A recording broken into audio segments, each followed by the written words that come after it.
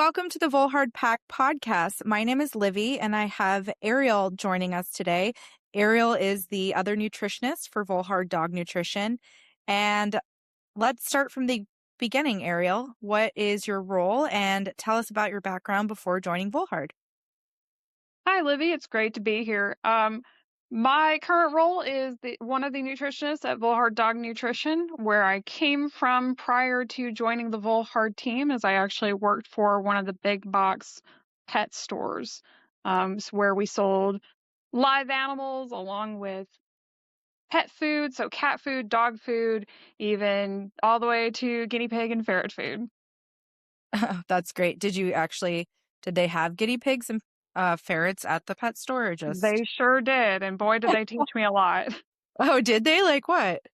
So, I got into ferrets after, starting to work into there, and that kind of worked into some of the passion projects that I have, including working with rescue ferrets.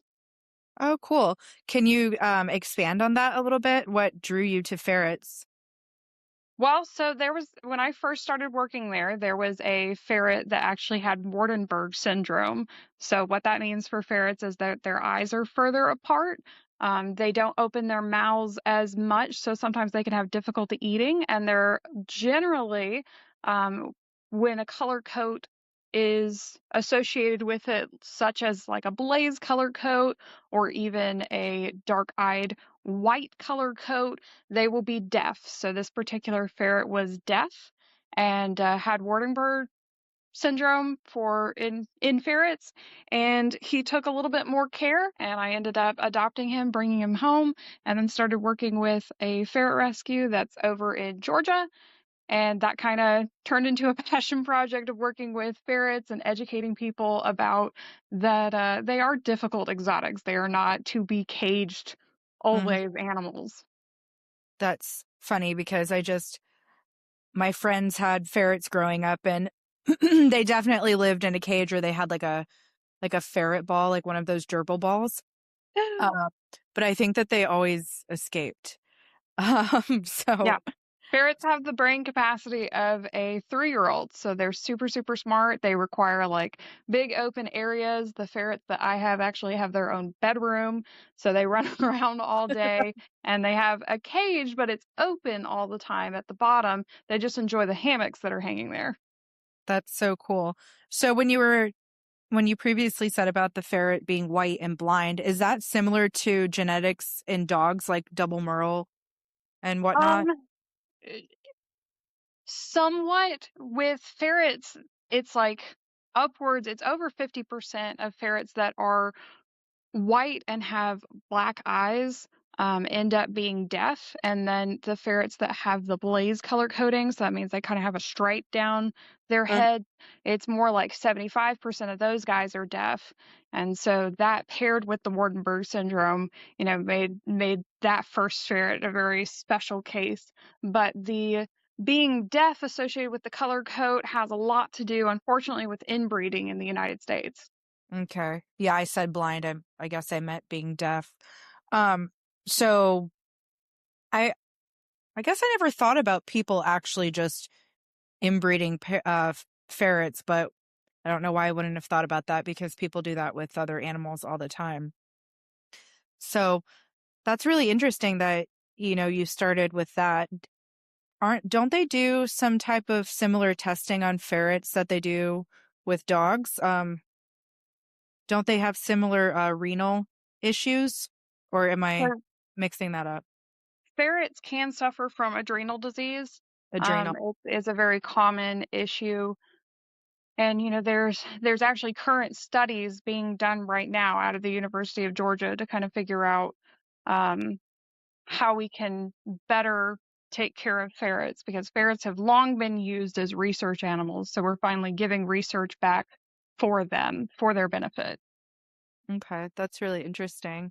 So what was your primary role when you first started in the big box store? Was it just, I'm starting here because I just needed a quick job, or was it more of, animals are my passion and this is where I'm starting out?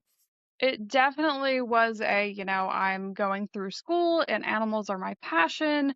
And it started out with animal care and kind of evolved into more pet nutrition. Okay, that's super cool. So when you say nutrition, what was your belief during that time frame about nutrition?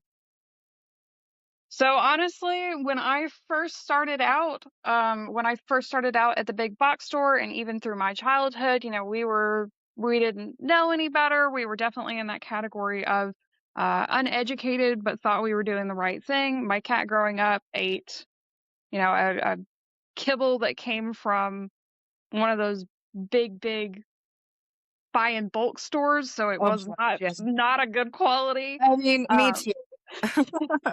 So it was not a good quality situation. And of course, we had animals growing up and they would pass away. And I was like, maybe there's a better way. And I actually, around the same time that I got a job at the big box pet store, I got a fox. Mhm. So in Tennessee, you can have foxes as pets, and a lot of people kind of go into it of like, oh, I saw these TikTok videos and the fox can live inside. I Oh had no. done about a year of research about how they needed an outdoor enclosure enclosed on the top and bottom, how they make awful indoor pets. And Mhm. around the same time that I got the job at the big box store, I had got a pet fox, and I had done a lot of research on their nutrition, and they're mesocarnivores, which means more of their diet is going to be meat than it is vegetables, but there are some vegetables and fruit aspects to their diet. And so I was raw feeding my Mhm. fox. And every time I Foxes would are take, in the canine family, correct? Mhm. Okay.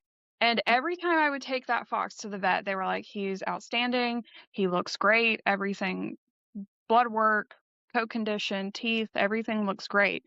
And so I started going, well, there's got to be some link to him looking this good and him, you know, being this good in his blood work and the food that he's eating. Mhm. So you were saying, okay, what if I maybe try this for my dogs? That's kind of where it turned into. It was like, okay, well, what are the primary ingredients that I'm feeding him? Well, it's primarily, these protein sources. And so then with my dog, because I only had one at that time, I was like, okay, well, can I get these ingredients in one of the kibbles that are offered here at the big box store? And very quickly, I started flipping over bags and doing more research, kind of going down the rabbit hole of what does it mean on the back of a dog food bag? What does it actually mean? What are these sources? How is this protein? What is meat byproduct? What does Mhm. it mean for it to just be a single protein ingredient? What does it mean to have peas in the first three ingredients? What are fillers? A long rabbit hole of what exactly is in these bags of kibble. Yeah. Yeah, I remember going down the same rabbit hole of starting to read the back of the bags, and I definitely grew up being told that science diet was the absolute best thing that you can feed your dog because that's what they're selling at the vet, and this is what's appropriate. And I didn't go down that rabbit hole until I actually lost my childhood dog to pancreatitis. It was really, really bad. Oh my goodness, I'm He so had sorry to been hear that. Oh, it's okay. He'd been on science diet his whole life and had like regular vet care. And I was like, wait a second. But then the next dog we had, my dad always just randomly fed him raw protein. My dad would be cooking, he'd be like, here, and he'd feed him raw protein. And I I saw a difference. I saw a little bit of a difference. So it's interesting when your brain starts to kind of connect the dots, you know, Absolutely. on that. So when you're looking back on that, is there anything that you accepted as fact that you are starting to see differently now? Well, absolutely. So working at those big box stores, they actually have representatives from those companies, from like Hills, from ProPlan, from, the everything that Mars Pet Food has their hands in, they would have representatives from those companies come out and talk to the employees and tell them how their food is so much better, and it's wonderful and it should be fed to all the animals. And I actually vividly remember one time we had a representative out, and it was specifically for cat food. And I said, corn is in the first 3 ingredients of this food, and cats are obligate carnivores. Can you tell me about that? And he wasn't able to really give me an answer, except that, he kept touting corn as this great ingredient and how it's wonderful for all animals. And I was like, well, a simple Google search will tell you that cats are obligate carnivores, and so corn wouldn't be in that category. He probably thought you had like 5 heads. He probably looked at you like, what is this person asking? It definitely made him stop in his tracks. And I was like, okay, wait a second. How much is being fed to not only these employees, but these people that are purchasing these? And when you work at one of those stores, you kind of become a jack of all trades in a way. So you're up at the register, you see what people are purchasing, you see what's coming through, what's actually selling, what's going through the store. And you have people who are asking for your opinion. And the hope is that these representatives brainwash you to a point where you're just like, oh, well, this is the greatest food ever, and you don't question it. But I had started to question it. And so what that kind of turned into was, okay, well, if I'm questioning it and customers are questioning it, then I really want to be able to speak on this in an educated way. So that came across in cat food, that came across in ferret food, that came across in dog food, where it was just flipping over the back of the bag and going through it line by line, ingredient by ingredient with the customer. Mm-hmm. And when you started to question this, were you starting to find alternatives, to these foods that you were questioning? Because at that point, your perspective would be evolving, realizing that like, hey, what's a byproduct? Now I know what animal byproduct is. I definitely don't want to feed that. So I'm going to switch to a different brand. And then when you switch to a different brand, you think, wait a second, why is corn the first ingredient? I definitely don't want that. So it's like, it's this evolution of education. Were you able to translate that to the customers that you were speaking to? Or was that more of like a no because, you're working at a big box store and essentially you're there to sell different products? So thankfully, there was kind of an open door policy on, to some extent. As Okay. long as I was selling something in the store, then it was a pass. So if I could say, this is the best out of these options, then that was allowed, that was permitted. And so I could have these conversations and maybe get people who are feeding a diet where the third ingredient is corn or the third ingredient is peas, and move them over to something that at least had real ingredients in the Yeah. first 5. So, that's definitely one of those good, better, best situations. And obviously there's not a best that's sold in a lot of these big box stores. They did, towards the end of my time there, start opening up more of the freezer section. So there's the quote unquote raw patties. But when you flip over the back of a lot of those bags, it's essentially a rehydrated and then frozen version of a lot of these kibbles. They're not all like that, but a lot of them are. Yeah. So, during that time, was that when the DCM scare started to get big in the pet stores? Funny enough, very soon after I started at the big box stores and I started questioning food, and I had this dog and I had this fox, and I'm learning things and I'm putting things together, was the summer of 2018 where the big DCM scare came out. And the biggest thing that I noticed then was that there was such a polarization. And I know that's something that is an issue in the country in a lot of different ways, but it was such a polarization in dog food of grain free and grain containing. And it was this stark contrast of, okay, well, all grain free food is bad. And then, okay, well, grain containing is good. And so I started diving into that and going, okay, well, how are they coming up with this? How are they attacking these quote unquote boutique brands that are grain free why did grain-free come to be?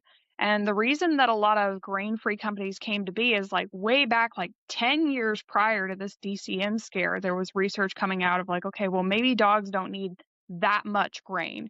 Mhm. Maybe less filler could be good. But unfortunately, what happened is that when you take out these ingredients that were less expensive for these manufacturers, they were putting in things that were also less expensive. So they put in excess of potatoes, peas, lentils, legumes, because those are cheaper ingredients than the alternative. So instead of making the overall food better, they were like, okay, well, if we're not going to put grain fillers in it, we're going to put potato and pea and legume fillers in it. Yeah, so because grain free really became a buzzword for a while. I remember at that time seeing all of these, different companies putting grain free on their new packaging. And yeah, it was a very interesting time. Um, so after that, when did you end up finding Volhard?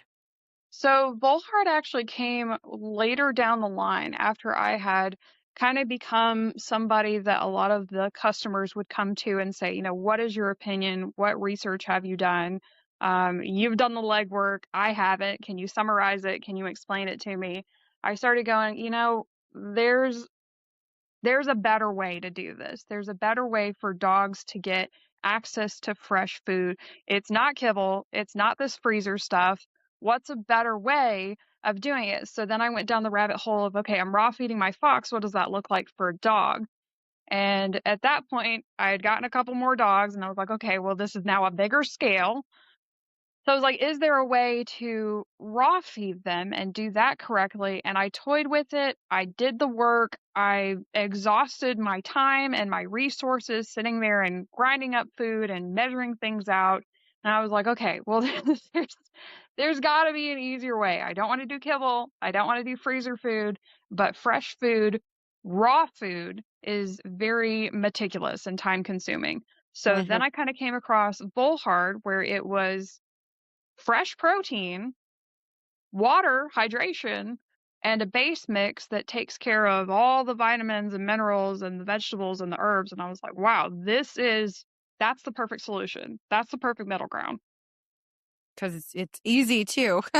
It's super easy and it's So not much time easier. consuming. I don't have to sit Yeah. there and measure every single ingredient out. Yeah, it's definitely, an easier way to go about things. And you know what? There are some people that love doing the at-home meal prep of going from a recipe and creating, that diet and meal prepping. And that's great and that's fine. Um, I wish I was that person, but I'm not. I've 5 to 6 dogs, 6 dogs. So unfortunately, that just doesn't work for me. Um, so what surprised you the most about holistic nutrition when you came into the Volhard space and started working for Volhard and attending, the conferences that we've been attending and meeting different people? I think the biggest thing that I have adopted, even in my day to day life, is that some fresh food is better than no fresh food. So if I'm working with somebody who is feeding their dog kibble and they're just coming onto that rabbit hole, that learning, that education piece, because a lot of it is going to be them reasoning things out on their own, and then they're going to reach out for help when they're questioning very specific things. That's usually what I see. Telling them, hey, some fresh nutrition is going to be better than no nutrition. Add an egg to your dog's bowl. Give them some broccoli chopped up. Give them Hmm. something. See how they respond. See what their poop start to look like. Notice that their eyes get brighter when you're feeding them raw carrots as a snack. Those are definitely the things that I carry. And even amongst like ferrets, cats, dogs, all the way to foxes, that carries through. Yeah, it definitely does. And cats are so hard. Cats are so hard in general, like descendants of desert dwelling critters. One of my cats will eat, he like loves human food. He wants whatever I have. And then my other cat, you could give her the best tailored raw diet out there, and she's like, ew, I don't like the texture. So Yep. it's, They're very, very texture oriented yeah, animals. And you interesting. know what? Some dogs can be too. I've got a dog that is extremely texture oriented, and Like, so we have had to work with pairing his Volhard, his NDF2 specifically, with ground protein versus cubed protein, oh, making sure that it is the right texture for that dog to consume.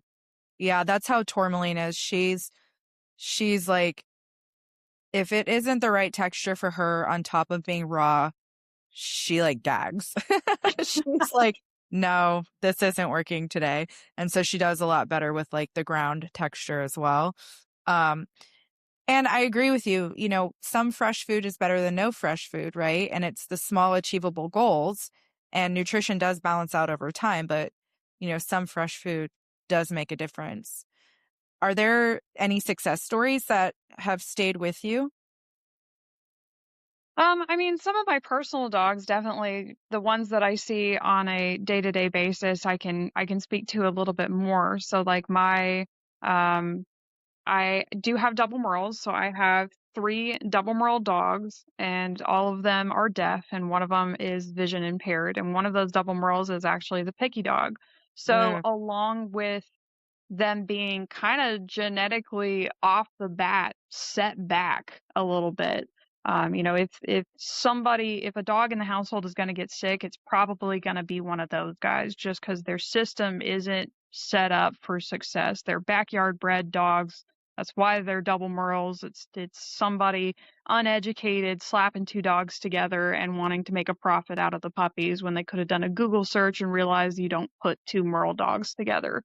That mhm. being said, with those dogs, they always had itchy coats. Their ears would get inflamed and red. Their paws would be red. They would kind of stink. Like their general skin would kind of smell bad. And then switching to Volhard and a fresh protein, that has definitely changed leaps and bounds from where it was on kibble. Their Yeah. breath doesn't stink like it used to. Their skin doesn't smell. Their coat is actually full. And so there's less like shedding all over my floor, which, granted that two of them are Australian Shepherds, so there's always going to be hair, but there's less just coming out in clods. Yeah.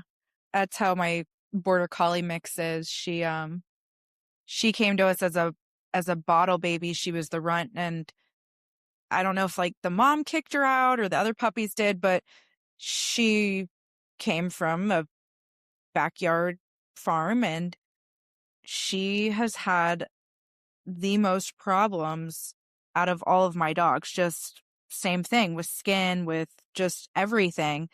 And we've tried so many different things for her, and she does a lot better on Volhard, but then she also has a bit of an issue with different proteins, right? She'll develop intolerances to different proteins, and I'll have to rotate it out. And she's she's definitely a sensitive one, and I find that quite interesting. Whereas like my lab mix and my Wyme have iron stomachs, and they're they can eat chicken poop all day long and be fine. But Um, isn't it funny how every dog is very much so an individual, just like yep, people? Every single one of my dogs has their own icks. They've got their own tendency. They've got their own preferences. yeah, and just treating the dog as an ecosystem. So how can people begin learning without feeling like they have to know everything? Because it can be very overwhelming, when you're just starting out and feeling like you need to learn everything. And we have a lot of people that are like, oh my gosh, I've been killing my dog for so long. I'm an awful person. But, that's not the case. We've all been there. So do you have any recommendations how people can just begin learning slowly without feeling overwhelmed? Oh, absolutely. So, like you've already said, nutrition does balance out over time. It's never too late to start learning and start incorporating fresh food into your dog's day-to-day life, whether that's a carrot at snack time or an egg in the bowl or a little bit of cottage cheese. Something is always better than nothing. And like I said, with customers at the big box store, if it was moving from a diet that had corn in the first three ingredients to moving to a kibble that has real ingredients in the first 5 upwards to like the first 10, making those small movements will lead you in the right direction if you keep asking questions. Yeah, I think that goes back to those small achievable goals. Absolutely. You're not gonna learn everything overnight, and your dog doesn't expect you to. Your dog's body doesn't expect you to. Making those small changes in the right direction is still movement forward. And if it gets overwhelming, then some nutrition is better than no nutrition. So, like I said, egg in the bowl, some carrots, some broccoli occasionally, that's going to benefit your animal. Some blueberry treats. Absolutely. Well, thank you for chatting today. This has been a great conversation, and I learned a good amount about ferrets that I did not know. So I appreciate it. And if anyone wants to find you, they can find you on our live chat feature on our website, correct? Absolutely. I'm there Monday through Friday. All right. Well, thank you, Ariel, and we appreciate it. Thank you, Libby.